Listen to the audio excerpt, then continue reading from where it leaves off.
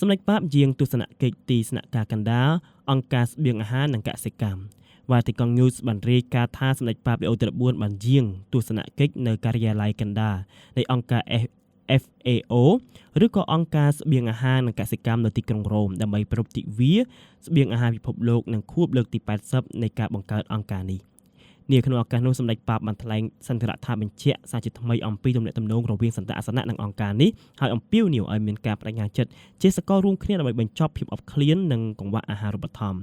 សម្ដេចប៉ាបលេអូបានមានបន្ទូលថាបេសកកម្មរបស់អង្គការនេះគឺដើម្បីកម្ចាត់ភាពអត់ឃ្លាននិងអសន្តិសុខស្បៀងនិងកង្វះអាហារូបត្ថម្ភប្រកបដោយនិរន្តរភាពដូច្នេះគ្រប់អង្គការគួរតែបន្តលើកតម្កើងសេចក្តីថ្លៃថ្នូររបស់មនុស្សគ្រប់រូបរួមនឹងការឆ្លុះបញ្ចាំងនៅក្នុងពិភពលោកដែលមានចំនួនវិបត្តិអាកាសធាតុការធ្វើចំណាក់ស្រុកដោយបង្ខំនិងគម្លាតកាន់តែធំរវាងអ្នកមាននិងអ្នកក្រសម្ដេចប៉ាបក៏បានស្នើឲ្យអង្គការយកចិត្តទុកដាក់ធ្វើការជាមួយនឹងអង្គការអន្តរជាតិដើម្បីជំរុញឲ្យ